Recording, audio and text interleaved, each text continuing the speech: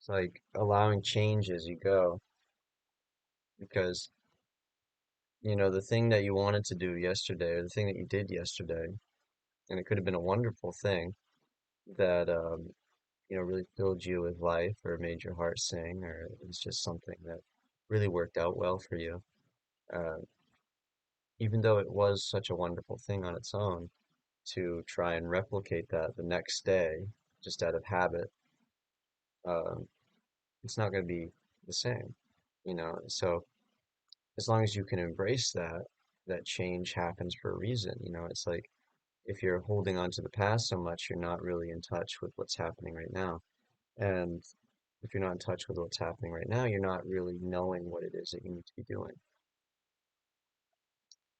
Because the thing is that the change that you're currently experiencing, the present moment that you're currently experiencing, is what it is because of the things that happened in the past. So you having that wonderful experience on Tuesday then goes into the things that are going to happen on Wednesday. So then to ignore what's happening on Wednesday is to kind of dishonor the thing that was so wonderful on Tuesday. So if you embrace the present moment, no matter where you are, you embrace all the things that came before it, and as well as all the things that come after it. So if you want to create a better future, embrace the now. If you want to put the past in its place and even to have nostalgic memories or to have, oh wow, that was so nice. Wow, that was great. Well, to try and relive that thing, it's not going to be as nice. It was nice because you were in the present moment at that time, and that was what was appropriate for that moment. That's why it was so nice.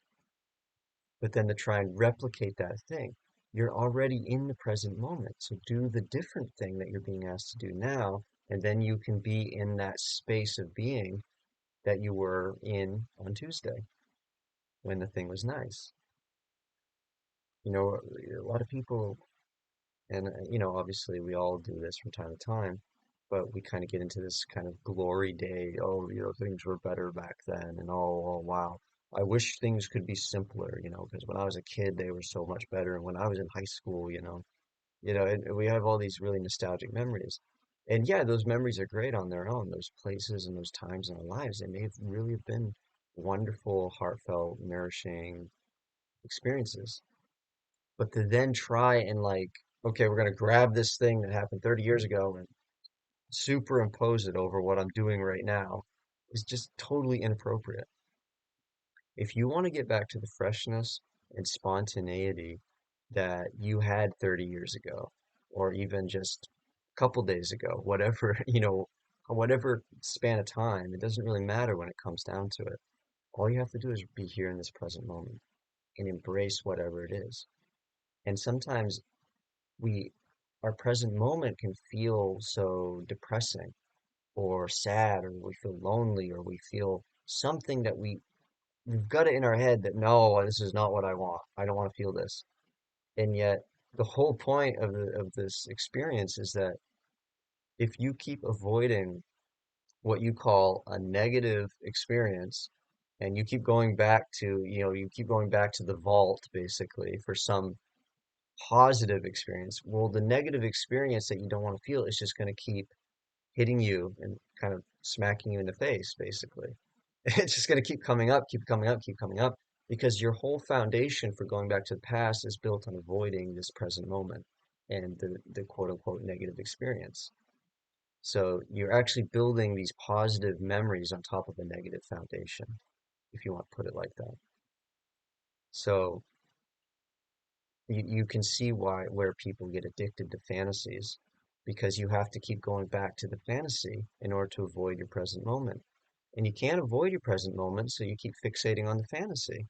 You see, so it's like, oh, oh, ah, the floor is lava. I can't touch the floor. I have to keep jumping, keep jumping, keep jumping. And you're always trying to leap away from where you are, always trying to go somewhere else.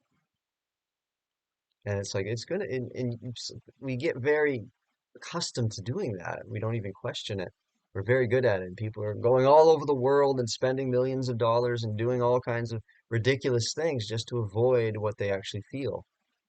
And the whole thing is that you end up being very unhealthy and you end up being very arrogant. You end up like I don't know, blowing a bunch of money, and you just end up being very, you hit rock bottom basically, and then you're really in the moment. There's nothing you can do to get out of it, and you have all this other stuff piled on top of it.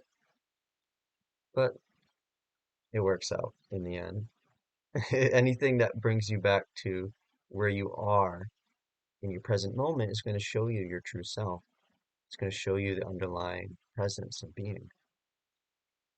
And that's really where we are healthy and we're nourished and we find the true essence of life, and we find that we don't have to go back to the glory days.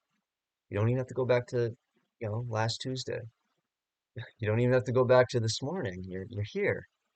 And it's good to be here because every single quote unquote problem that you're experiencing is literally just a feeling that's in passing. And the only thing that's keeping it bound up is you trying to fight with it. If you just say, well, I'm the presence, I'm the being, I don't need to fight with change. I'm stable in the presence, then change can just happen. And it's good. It's healthy and it's nourished, and you don't have, and even really uncomfortable stuff, you just, okay, we'll just sit with it, just move it, just, let it be. And then, oh, and then like you yawn it out, or you go and dance it out, or you go and go for a kayak ride, or you go and call that person and say, hey, I'm sorry I said that thing. Let's not dwell on that anymore. You just find just the solution just rises up in you because life is always trying to harmonize itself. It's like if you find like it's ridiculous all the sicknesses and all the pains and all the discomforts that we're experiencing all the time that people as a collective are experiencing when life is always trying to harmonize itself. If we just get out of the way, all that stuff clears up. I mean, maybe there's some extreme cases, maybe some, maybe going to karma and stuff, but like most of the stuff. And I found it in my own case. I can really only speak from my own experience, but I know I'm not the only one. But, there's so many things so many problems that I've created for myself that even take on physical quality. And, my old conditioning would think, oh my God, this is serious. I got to do something about this. And actually, when I stopped trying to do something from that vantage point, where I stopped trying to avoid the present moment, I just let myself feel what I'm feeling because so much of the physical resistances, those clogs and those blocks and those physical ailments that we experience are actually just a repetition of some kind of resistance. And it becomes more dense and more physical the more that you give energy to it. So the less energy that you give to resistance, the more amorphous and ethereal it becomes, the less solid it becomes. So then it moves out and it tingles away and it shivers away and you find new ways to express yourself. And then bit by bit, you start to quote unquote heal. But the thing is, you were never sick to begin with. It was all a misconception in your mind. You had some maybe diseased thoughts, but you were never diseased. You were always healthy. You just had to acknowledge that and let your health flow. So, namaste.